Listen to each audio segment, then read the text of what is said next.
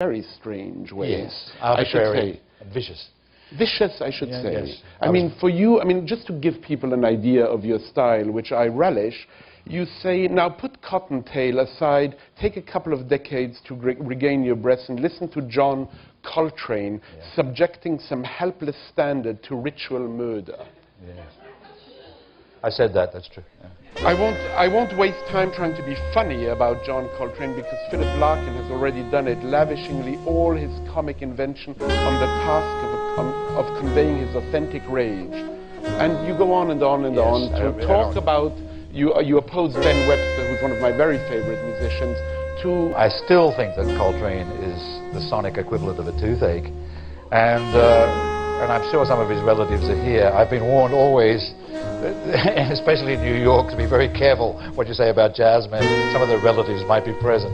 But I thought that Coltrane was deliberately out to alienate me. And I'm reliably informed that that's what the music is intended to do.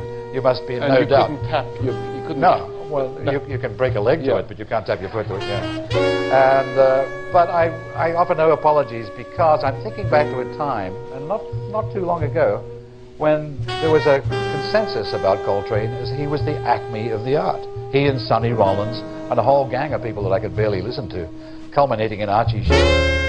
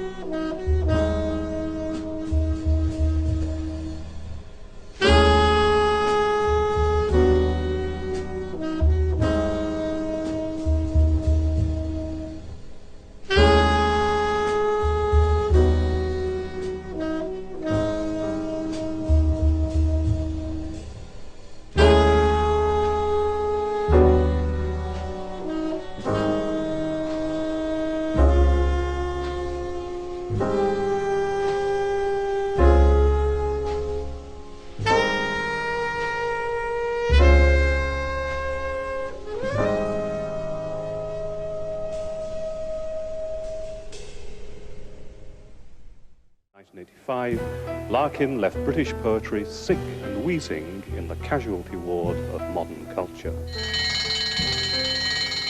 To be true, but unkind, Larkin could find words for poems, but not for people. He had a deep fear of human involvement, and the only poem in which he urges us to be kind is about a dead hedgehog. Deprivation is for me what daffodils are to Wordsworth, he once remarked. He was a professional grouser who didn't mind confessing what a poor thing his life actually was. Man hands-on. Well, it certainly isn't for a good laugh. It's a drab world that Larkin invites us into, of suffering and solitude, sexual disappointment and the fear of death. Anti-intellectualism of the English, confirming them in their belief that belief was largely a bad thing. He set the seal on their parochialism, sponsoring the idea that free verse begins at Calais. And his own work excludes and represses with ruthless efficiency, hacking the world down to fit its own meagre vision.